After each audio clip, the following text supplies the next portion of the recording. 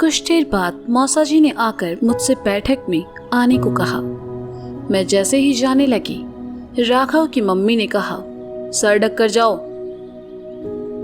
मुझे थोड़ा अजीब लगा, लेकिन बड़ों की बात मानने के अलावा मेरे पास कोई ऑप्शन नहीं था। अपनी कहानियों में मैं भले ही कितना भी फ्रीडम की बात करूं, असल जिंदगी में हमें चलना इन्हीं बड़ों के हिसाब से पड़ता है। कमरे से बाहर आकर मैंने एक बार फिर जिया से कहा, देख, अगर लड़का पसंद नहीं आया तो मैं उसे ना बोल दूंगी। जवाब में जिया ने अपनी पलकें झपका दी। मैंने दुपट्टे से अपना सर ढका और बैठक में चली आई। बैठक में घर के सभी बड़े बुजुर्ग मौजूद थे।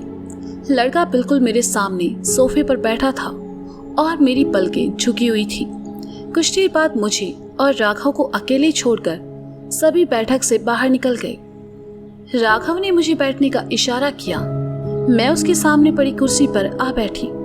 मैंने नजर उठाकर पहली बार उसे देखा। सफेद शर्ट और ब्लू पैंट की फॉर्मल ड्रेस में वह अच्छा लग रहा था। वह काफी सीरियस दिख रहा था और इसके पीछे दो ही वजह हो सकती है। पहली ये कि उसे भी मेरी तरह जबरदस्ती शादी के नाम पर यहाँ बिठाया गया होगा, और दूसरा ये कि कुछ लड़कों को लगता है कि वो कम बात करेंगे या सीरियस रहेंगे तो लोग उन पर ज्यादा ध्यान देंगे। उसे सफेद शर्ट में देखकर सहसा ही मुझे अपनी लिखी कुछ कविताएं याद आ गई, जो मैं अक्सर सफेद शर्ट को लेकर लिखा करती थी। मैं हल्का सा मुस्कुरा उठी। कुछ देर बाद खामोश रहने के बाद मैंने ही बात की शुरुआत करते हुए कहा, आपका शुभ नाम?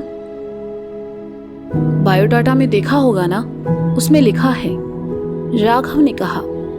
उसका जवाब सुनकर मैंने एक नजर उसे देखा। हालांकि मेरा सवाल थोड़ा बचकाना था, लेकिन मुझे उससे इस जवाब की उम्मीद नहीं थी।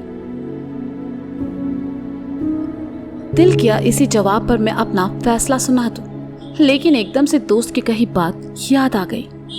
मृणाल, तुम्हें हर जगह सख्ती नहीं दिखानी चाहिए, कभी कभी तुम थोड़ा नॉर्मल भी रह सकती हो। मैंने गुस्से और अपनी सख्ती को कुछ देर के लिए साइड में रखा और कहा, जी देखा, आप अगर कुछ पूछना चाहें तो पूछ सकते हैं। राघव ने मुझे एक नजर देखा और बहुत ही सीरियस होकर कहा, शादी क्यों करना चाहती हो? मतलब फैमिली प्रेशर है या फिर कोई और रीजन? मुझे लगा मैं सिर्फ अजीब सवाल करती हूँ, पर वो भी कम नहीं था। लोग शादी क्यों करते हैं? ऑफ कोर्स जिंदगी की एक नई शुरुआत करने के लिए, अपनी फैमिली बनाने के लिए। मैं कुछ देर खामोश रही और फिर कहा, फैमिली प्रेशर नहीं है, बल्कि एक ना एक दिन तो शादी करनी ही है। आपसे नहीं तो किसी और से करनी पड़ेगी, क्योंकि रिश्तेदार और समाज जीने नहीं देता। रिश्तेदार सबके यहाँ एक जैसे ही होते हैं, उनका काम है कुछ न कुछ कहना, राघव ने कहा। राघव के मुंह से रिश्तेदारों की तारीफ सुनकर न जाने क्यों मेरे दिल को सुकून मिला। सुकून ये कि चलो कोई तो है जो मेरी तरह सोचता है। वो धीरे धीरे खुलने लगा था, इसलिए मैंने बात आगे बढ़ाते हुए कहा, आप चाय लेंगे? मैं चाय नहीं पीता, राघव ने कहा। वह रिश्तेदारों वाले पॉइंट पर मुझे थोड़ा पसंद आया ही था कि चाय के लिए ना बोलकर उसने मेरा 50% इंटरेस्ट कम कर दिया। चाय के लिए ना कौन कहता है यार? और मैंने तो हमेशा एक ही चीज चाही अपनी जिंदगी में, कि जब भी मुझे कोई पसंद आए तो वो एटलीस्ट चाय लवर हो। तो कॉफी? मैंने आगे पूछा। हाँ, कॉफी पी लेता हूँ, राघव ने कहा। राघव के मुंह से चाय के लिए ना सुनकर सहसा ही मेरे जहन में लिखे शब्द कौन गए। इतिहास गवाह है, चाय प्रेमी की जिंदगी में हमेशा कॉफी लवर ही आया है। मैंने धीरे से अपना सर झटका और मन ही मन खुद से कहा, नहीं नहीं, अभी ये कौन सा तेरी जिंदगी में फिक्स हो गया है जो तू ये सब सोच रही है? चाय नहीं पीता, बड़ा आया कॉफी लवर। सो क्या करती हैं आप? मुझे चुप देखकर राघव ने पूछ लिया। मैं अभी जॉब करती हूँ, इसके अलावा मैं एक राइटर हूँ, ऑनलाइन ब्लॉग और स्टोरी लिखती हूँ। देखिए, दो चीजें मैं पहले ही क्लियर करना चाहती हूँ। पहले ये कि मेरे लिए मेरी सेल्फ रिस्पेक्ट सबसे पहले है। मैं चाहे जिससे भी शादी करूँ, मैं हमेशा उससे ये उम्मीद करूंगी कि वो मेरी इज्जत करे। और दूसरी ये कि मैं शादी के बाद भी अपनी राइटिंग जारी रखूंगी। अपनी शादीशुदा जिम्मेदारियों को निभाते हुए मैं अपने काम को भी वक्त दूंगी। मुझे ऐसे इंसान से शादी करनी है जो मेरे काम को और मेरे सपनों को सपोर्ट करे। मेरी बात सुनकर राघव पहले तो खामोश रहा और फिर कहने लगा, सेल्फ रिस्पेक्ट होना बहुत जरूरी है, और रही बात राइटिंग की तो मुझे और मेरे घर वालों को इससे कोई दिक्कत नहीं है। राघव की बात सुनकर इतना तो मैं जान चुकी थी कि कहीं ना कहीं वो इस रिश्ते के लिए तैयार हो रहा है। उसके बाद जो बातें शुरू हुई तो फिर खत्म होने का नाम ही नहीं लिया। वह कम बोल रहा था और मेरी बातें ज्यादा सुन रहा था।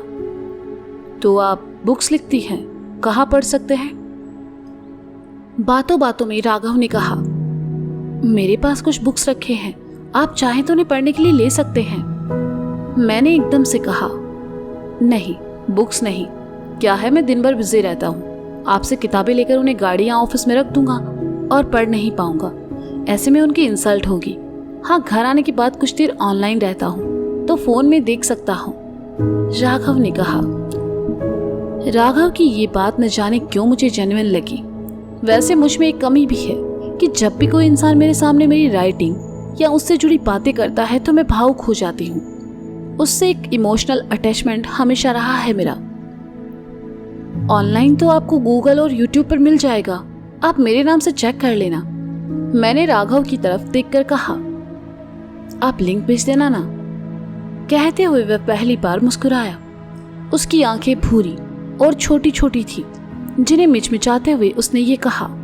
मैंने ध्यान दिया कि वह मुस्कुराते हुए ज्यादा अच्छा लगता है। डायरेक्ट नंबर नहीं मांग सकता, नंबर मांगने का ये अच्छा तरीका है, मैंने मन ही मन सोचा और राघव से कहा, ठीक है मैं आपको लिंक भिजवा दूंगी। बातें करते हुए कब 1 घंटा बीत गया हमें पता ही नहीं चला। मैंने उसके सामने हर वो बात कह दी जो मैं अपने होने वाले हमसफर में चाहती थी, और वो बस खामोशी से सब सुनता रहा। मैंने दीवार पर लगी घड़ी में टाइम देखा और कहा, तो अब मैं जाऊं? देखिए, ज्यादा सोचने की जरूरत नहीं है, आप अपना टाइम लीजिए, अच्छे से सोचकर घर वालों को जवाब दे दीजिएगा।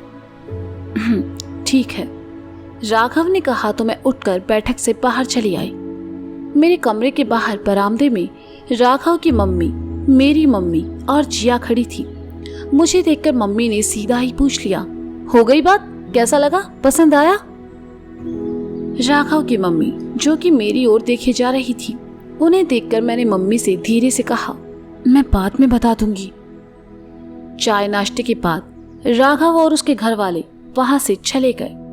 मैं अपने कमरे में आई तो पीछे पीछे मम्मी और जिया भी चली आई, और जिया ने कहा, तुम दोनों इतनी देर तक क्या बातें कर रहे थे?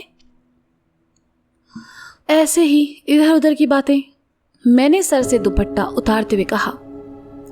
लड़का तो ठीक लगा मुझे, और इन लोगों को दहेज में भी कुछ नहीं चाहिए, अच्छे लोग हैं, मुझे तो लड़का पसंद आ गया, अब सब तेरे ऊपर है, मम्मी ने बैठते हुए कहा। इतनी भी क्या जल्दी है, लड़के ने कहा है कि वो कुछ दिन में बता देगा, मैंने बेपरवाही से कहा। देखना, वो तो हाँ ही कहेगा, इतनी अच्छी लड़की उसे और कहीं नहीं मिलेगी, मम्मी ने खुश होकर कहा और कमरे से बाहर चली गई। बताना क्या बातें हुई तुम दोनों में? मम्मी की जाते ही जिया फिर शुरू हो गई। मैंने उसे डिटेल में सब बताया और फिर बिस्तर पर लेट गई। घर में सब बहुत खुश थे। जिया ने राघव को मेरे ब्लॉग्स और स्टोरी के कुछ लिंक्स भेजे। उसने देखा या नहीं ये तो बस वही जानता था।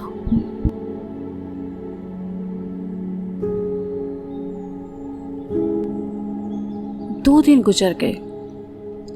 सुबह मैं सो रही थी कि जिया ने कहा, दी उठो, आपको एक बात बतानी है, आप सुनोगी तो शॉक हो जाओगी।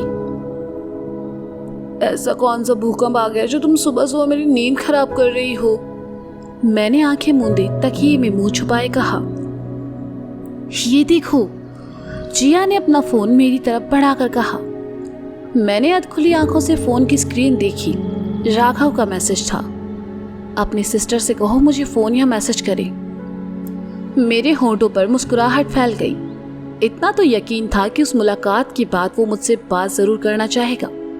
मैंने फोन जिया की तरफ बढ़ाते हुए कहा, इनको मेरे नंबर भेज दो और कहो कि ये खुद ही कॉल या मैसेज कर ले। जिया ने राघव को मेरा नंबर भेज दिया।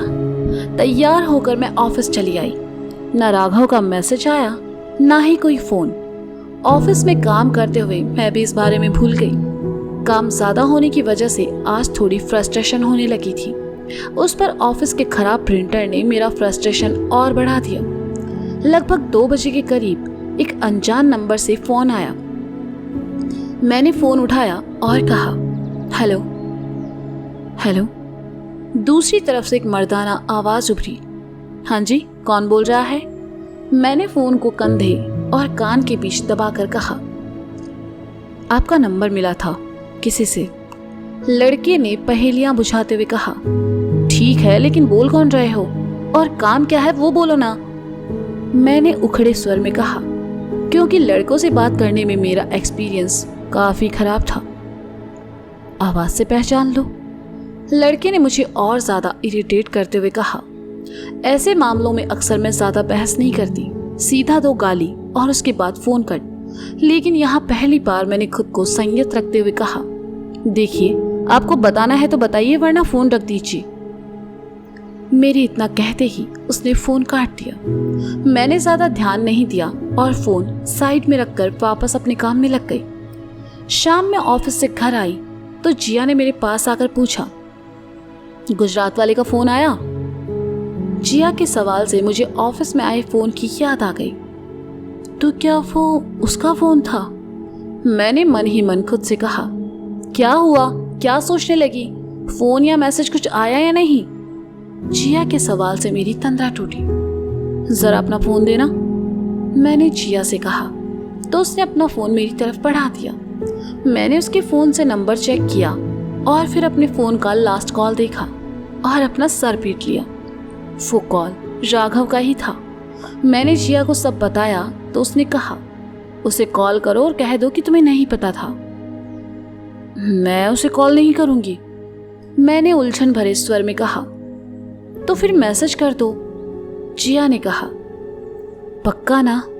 मैंने झिझकते हुए कहा तो जिया ने हामी भरी और वहां से चली गई। मैंने राघव का नंबर सेव किया और व्हाट्सएप में जाकर एक मैसेज टाइप किया, माफ करना, मुझे पता नहीं था कि आपका नंबर है। लेकिन मेरी उंगली अभी भी सेंड बटन पर अटकी थी।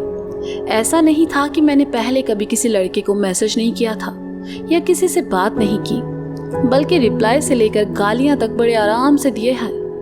लेकिन राघव को वो मैसेज भेजने में एक अजीब बेचैनी हो रही थी। आखिरकार हिम्मत करके मैंने वो मैसेज भेज ही दिया। कुछ देर बाद उसका मैसेज आया। मुझे लगा आप आवाज सुनकर पहचान जाओगे,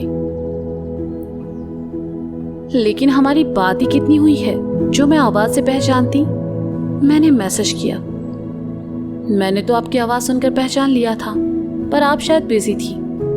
राघव का मैसेज आया, वो ऑफिस में थी थोड़ा, आप बताइए।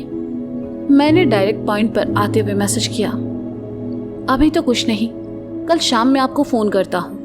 राघव का जवाब आया, ठीक है। मैंने भी लिखकर भेज दिया और उसके बाद उसका कोई मैसेज नहीं आया और मैं दूसरे कामों में बिजी हो गई। तो दोस्तों, ये था साकीनामा भाग 3। इसका अगला भाग आप जल्द ही सुनेंगे मेरे साथ। तब तक के लिए अगर कहानी आपको पसंद आ रही है तो इसे लाइक करें और कमेंट सेक्शन में मुझे ज़रूर बताएं।